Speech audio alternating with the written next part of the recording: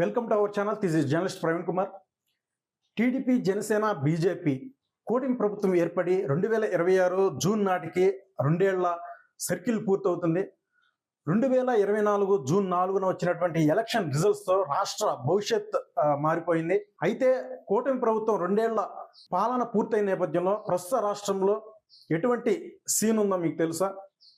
గత 5 ఏళ్ల జగన్ అరాచక పాలన నుండి విముక్తి అయ్యి రెండేళ్ళు అవుతుందంటూ కూడా ఒక ఉత్సవాల పేరిట కూటమి ప్రభుత్వం ప్రజల్లోకి వెళ్తుంటే ప్రతిపక్ష వైసీపీ పార్టీ కూటమి ప్రభుత్వం దగా వెన్నుపోటు పరిపాలనకి రెండేళ్ళు అయిందంటూ కూడా రోడ్ల మీదకి వస్తుంది.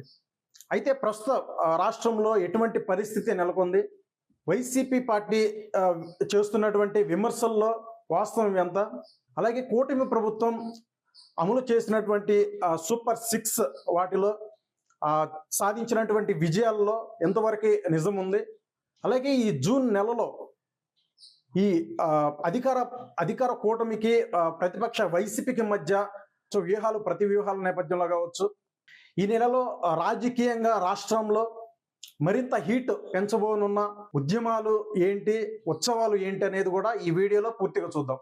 ముందుగా అధికార కూటమి విషయానికి వస్తే, గత 5 ఏళ్ల వైఎస్ఆర్సీపీ పాలనను రాక్షస పాలనగా అభివర్ణిస్తూ చంద్రబాబు గారు ఒక ట్వీట్ చేశారు.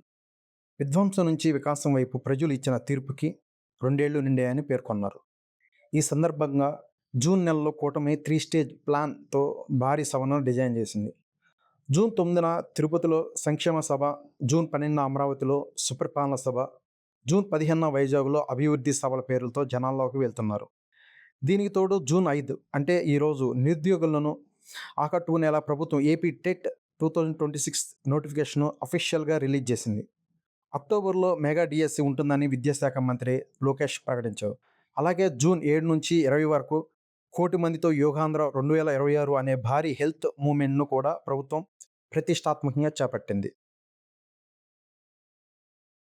ఇక కూటమి ప్రభుత్వం ఉత్సవాలు పండుగలు చేసుకుంటామంటే ప్రతిపక్ష వైఎస్ఆర్ కాంగ్రెస్ పార్టీ ఊరికే కూర్చోదు కదా, ఇక రివర్స్ అటాక్ చేయడానికి రంగంలో దిగింది.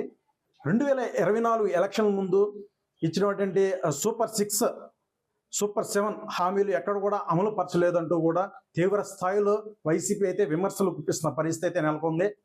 అలాగే ఈ 2 ఏళ్ల పరిపాలనకు సంబంధించి వెన్నుపోటు పరిపాలన అంటూ కూడా జూన్ 4 నుంచే నిరసన కార్యక్రమం చేస్తూ ఆ మేనిఫెస్టోలన్నింటిని కూడా తగులుపెడుతూ నిరసనలు తెలుపుతున్న పరిస్థితి అయితే ఉందనే తెలుస్తుంది. అలాగే మరొక అంశాన్ని అయితే కూడా తెర మీద కూడా తీసుకొస్తుంది వైసీపీ. డిఎస్సి నిర్వహించారు. ఈ డిఎస్సిలో కూడా అక్రమాలు జరిగాయి అనే నేపథ్యం. సో వైఎస్ఆర్సీపీ చాలా పెద్ద ఎత్తున కూడా ఇటు కూటమి మీద విమర్శలు అయితే గుప్పిస్తున్న పరిస్థితి నెలకొంది. ఈ జూన్ నెల 2 పార్టీలకు ఒక క్లిష్టమైన టెస్ట్ లాంటిది. కూటమి ప్రభుత్వం తాము తెచ్చిన ఐటీ పెట్టుబడులను, అంటే గూగుల్ డేటా సెంటర్ లాంటివి, అలాగే అమరావతి పురోగతిని చూపిస్తూ పాజిటివ్ వైబ్ క్రియేట్ చేయాలని చూస్తుంది.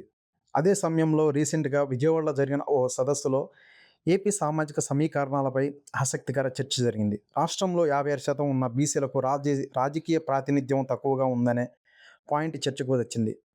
వైసీపీ ఇలాంటి సామాజిక సమీకరణాలను ఇంకా హామీల వైఫల్యాలను వాడుకొని కూటమిపై యాంటీ ఇన్కంబెన్సీని ఇప్పుడే బిల్డ్ చేయాలని గట్టిగా ట్రై చేస్తుంది.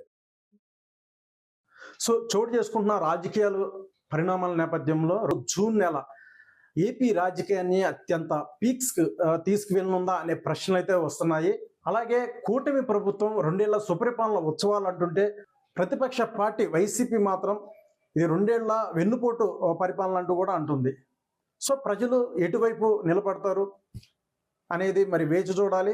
సో మీ అభిప్రాయం ఏంటనేది కూడా మరి కామెంట్ రూపంలో తెలపండి.